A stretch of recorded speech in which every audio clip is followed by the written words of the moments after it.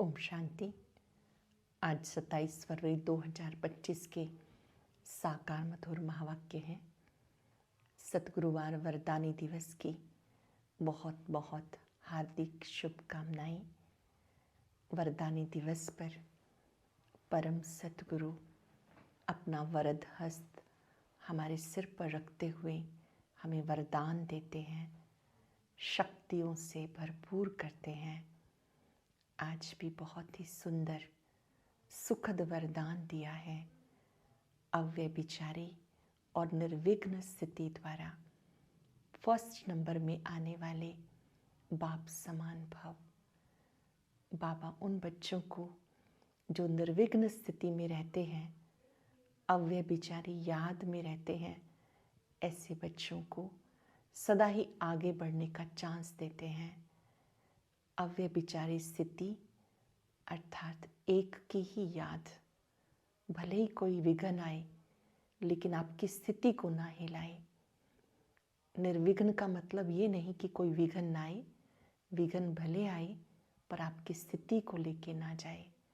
ऐसे बच्चे जो बाबा के समीप रहते हैं, गुणों और शक्तियों में समानता है, वो ही आगे नंबर लेते हैं।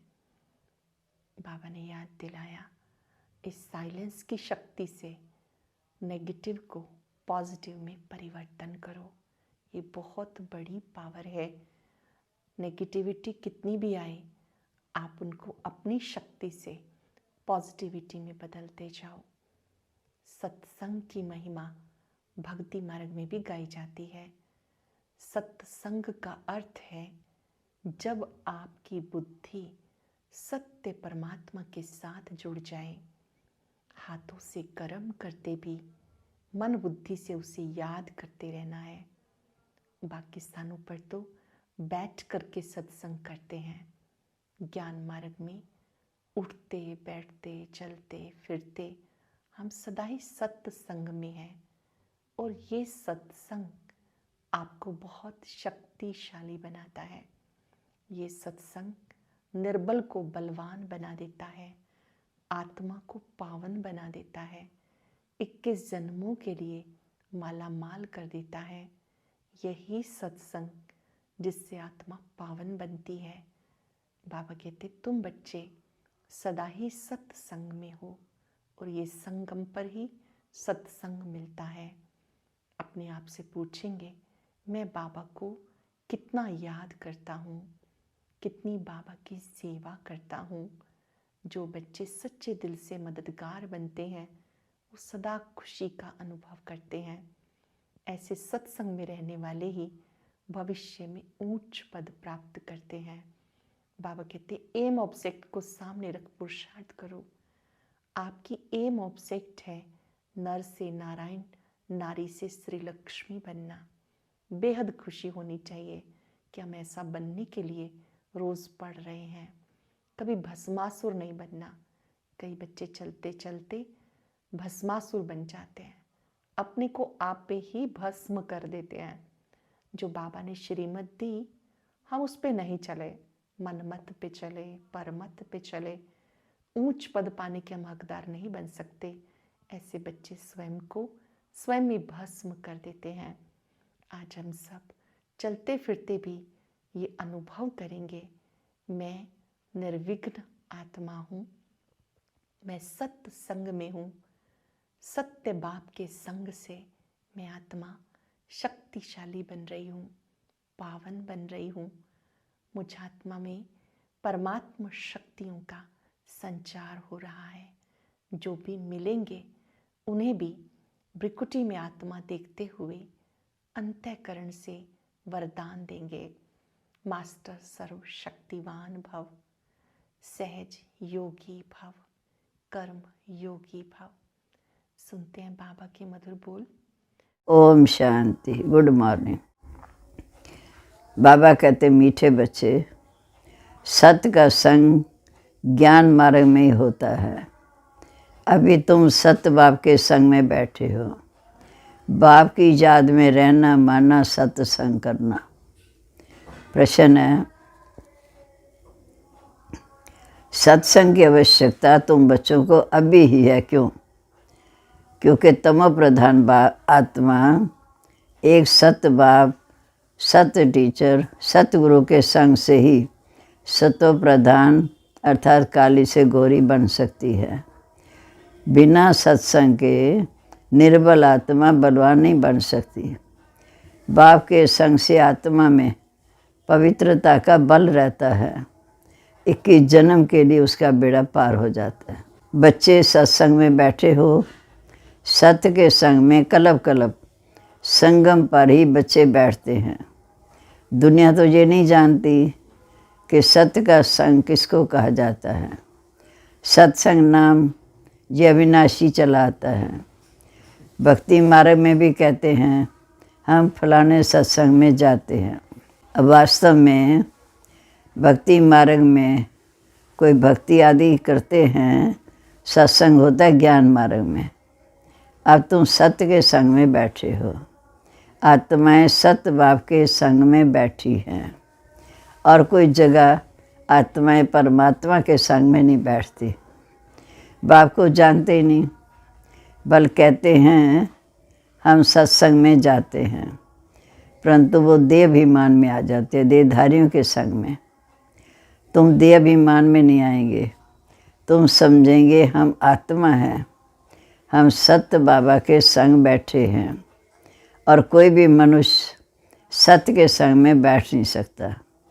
सत्य का संग ये नाम भी अभी का ही है। सत्य का संग इसका यथार्थ अर्थ भी बाप बैठ समझाते हैं। बाप जो सत्य है उनके साथ बैठी हो।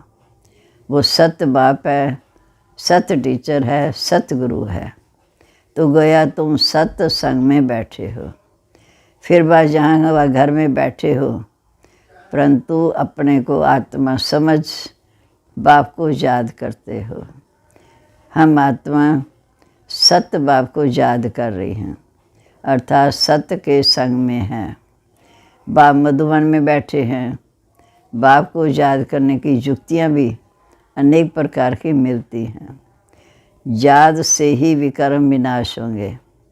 ये भी बच्चे जानते हैं कि हम 16 कला संपूर्ण बनते हैं, फिर उतरते उतरते कला कम होती जाती है।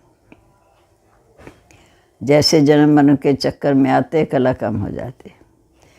भक्ति भी पहले अव्यभिचारी, फिर गिरते गिरते व्यभिचारी। पहले सोमनाथ का मंदिर बनता है एक ही जात, फिर देवी देवताओं की जात, फिर व्यभिचारी। व्यभिचारी भक्ति होने से तमो प्रधान बन जाते हैं। फिर उनको सत्य का संग तो ज़रूर चाहिए ना, नहीं तो पवित्र कैसे बने। अब तुम आत्माओं को सत्य बाप का संग मिला है। आत्मा जानती है हमको बाबा को याद करना है, उसका ही संग है। याद को ही संग कहेंगे। ये है सत्य बाप का संग। ये देह होते हुए भी तुम अपने को आत्मा समझ मुझे याद करते हो। ये है सत्य का संग। जैसे कहते हैं ना, इनको बड़े आदमी का संग लगा, इसलिए देह अभिमानी आ गए। अब तुम्हारा संग तो सत्य बाप के साथ है, जिससे तुम तमो प्रधान से सतो प्रधान बन जाते हो। बाप कहते मैं सारे कलम में एक ही बार आता हूँ।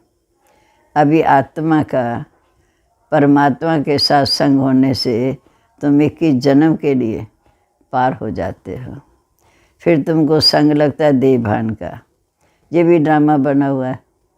21 जन्म तो हम आत्मिक स्वरूप में सुखी रहते, द्वापर से फिर देहभान का संग।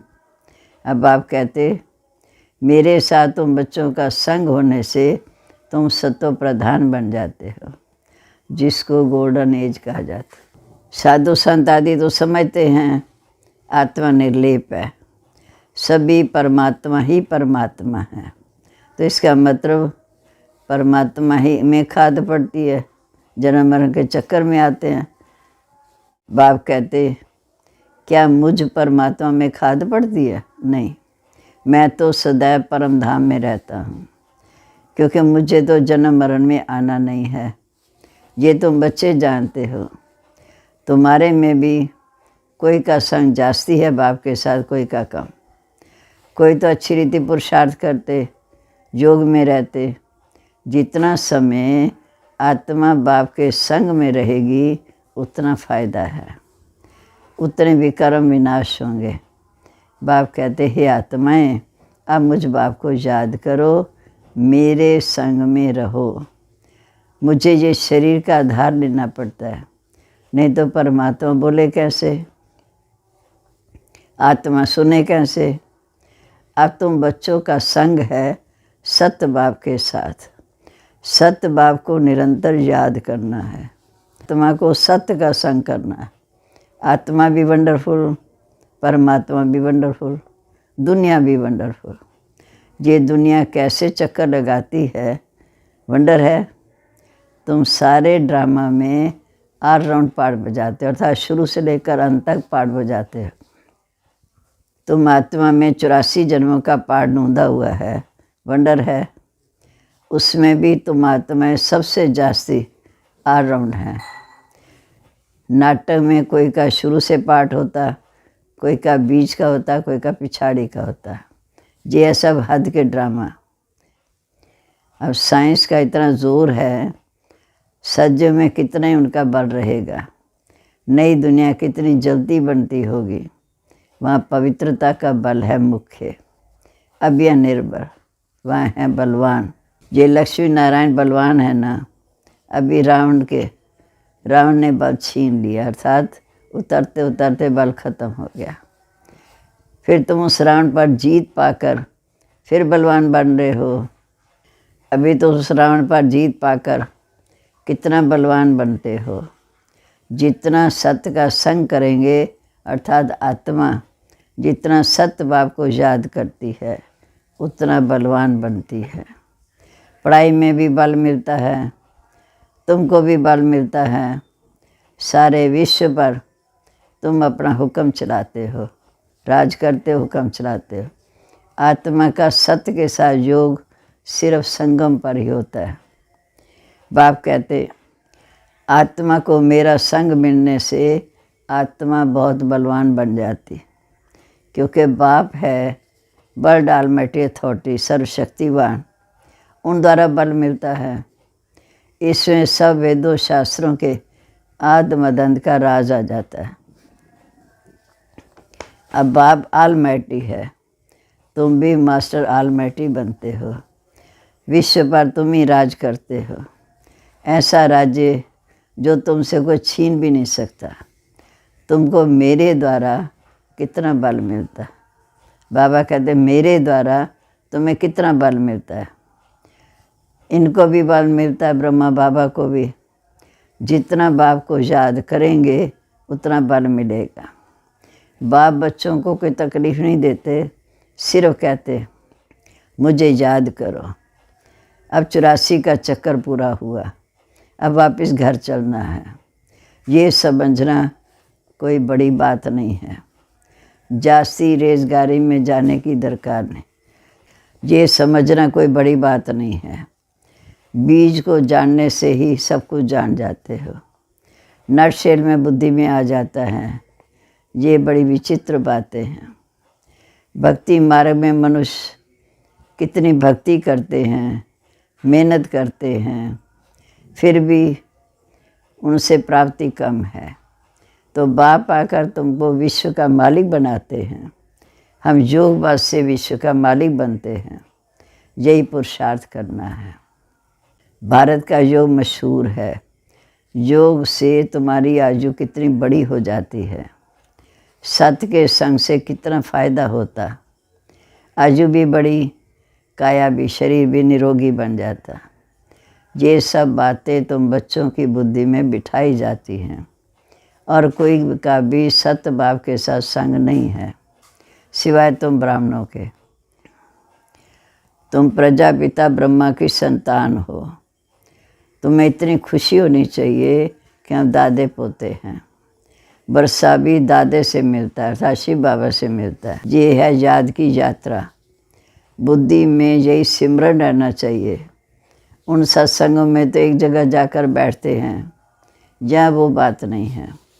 ऐसे नहीं कि एक जगह बैठने से सत्य का संग होगा, नहीं। बाबा कहते उठते बैठते चलते फिरते मेरे संग में रहो। अगर उसको याद करते हो, याद नहीं करते तो माना देह अभिमानी हो। देह को सत्य नहीं कहेंगे। शरीर तो जड़ है, 5 तत्वों का बना हुआ है। उसमें आत्मा ना होती तो शरीर काम न करता।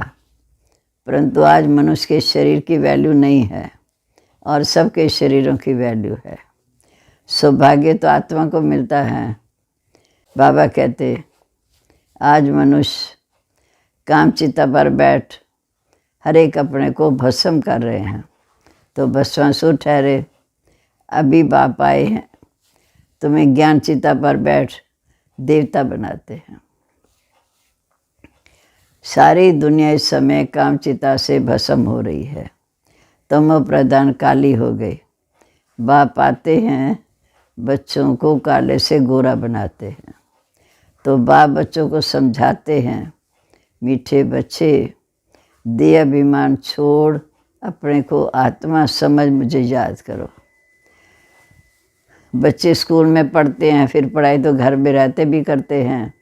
ये भी तुम्हारी बुद्धि में रहना चाहिए। ये है तुम्हारी स्टूडेंट लाइफ। एम ऑब्जेक्ट सामने खड़ी है कि नर से नारायण, नारी से श्री लक्ष्मी पद पाना। उठते बैठते चलते बुद्धि में ये नॉलेज रहनी चाहिए। जहाँ बच्चे आते हैं रिफ़्रेश होते हैं, युक्तियाँ समझाई जाती हैं कि ऐसे ऐसे समझाओ। दुनिया में ढेर के ढेर सत्संग होते, लेकिन मनुष्य आकर इकट्ठे होते। वास्तव में वो सत्य का संग तो नहीं है। सत्य का संग तो अभी तुम बच्चों को मिलता है। बाप आकर सतयुग स्थापन करते हैं और तुम बच्चे मालिक बन जाते हो। देह अभिमान अथवा झूठे अभिमान से तुम गिर जाते हो और सत्य के संग से तुम्हारी चढ़ती कला है। आधा कल्प तुम इस समय के पुरुषार्थ की प्रारब्ध भोगते हो। ऐसे नहीं कि वहाँ भी तुमको सत्य का संग नहीं, वहाँ बाप ही नहीं होगा, उसकी याद ही नहीं होगी। सत्य का संग झूठ का संग तब कहते हैं। बाप बच्चों को कहते हैं, हे आत्माएं मेरे साथ संग रखो। देह का संग जो मिला उससे उपराम हो जाओ। देह का संग बाद सतयुग में होगा, परंतु वहाँ तुम पवित्र हो। अभी तुम सत्य बाप के संग से पति से पावन बन रहे हो। फिर शरीर भी सत्व प्रधान मिलेगा, आत्मा भी सत्व प्रधान रहेगी। नई दुनिया में बराबर आदि सनातन देवी देवता धर्म था। आज उस धर्म को गुम कर आदि सनातन हिंदू धर्म कह देते। अब तुम भारतवासी समझते हो कि हम प्राचीन देवी देवता धर्म के थे तो सतयुग के मालिक थे, परंतु वो नशा कहाँ। कलयुग की आज ही लंबी लिख दी, सब बातें भूल गए। इसका नाम है भूल भुलैया का खेल। हम भूल जाते हैं, फिर बाबा आके फिर स्मृति दिलाते हैं। अब सत्य बाप द्वारा तुम सारी नॉलेज जानने से ऊंच पद पाते हो। फिर आधा कल्प सुखी रहते, फिर द्वापर से फिर गिरना शुरू होते, क्योंकि रावण का राज्य शुरू होता। क्योंकि रावण का राज्य शुरू होता, दुनिया पुरानी तो होगी ना। तुम समझते हो हम नई दुनिया के मालिक थे, अभी हम पुरानी दुनिया में हैं। बाबा हमको इस समय स्वर्गवासी बना रहे हैं, अर्थात सतयुग दुनिया के लायक बना रहे हैं। आधा कल्प फिर हम स्वर्गवासी रहेंगे। सतयुग त्रेता स्वर्गवासी, फिर आधा कल्प बाद नीचे गिरते हैं द्वापर युग से, क्योंकि राम राज्य शुरू होता। दुनिया पुरानी तो होगी ना।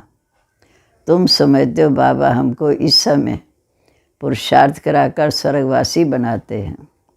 आधा कल्प स्वर्गवासी रहेंगे, फिर नरकवासी बनेंगे। तुम भी मास्टर ऑलमाइटी बने हो, वो भी नंबरवार पुरुषार्थ अनुसार। ये है ज्ञान अमृत का डोज। शिव बाबा को अब आर्गन्स मिले हैं पुराने, नया आर्गन्स तो मिलता नहीं, पुराना शरीर मिलता है, पुराना बाबा मिलता। बाबा आते भी वानप्रस्थ अवस्था में हैं। जब ब्रह्मा बाबा की आयु 60 वर्ष की हुई, बच्चों को खुशी होती है तो बाप भी खुश होते। बाप कहते हम जाते हैं बच्चों को नॉलेज दे रावण की जंजीरों से छुड़ाने। पाठ तो खुशी से बजाया जाता है ना, बाप बहुत खुशी से पाठ बजाते हैं। बाप को कलब कलब आना पड़ता है।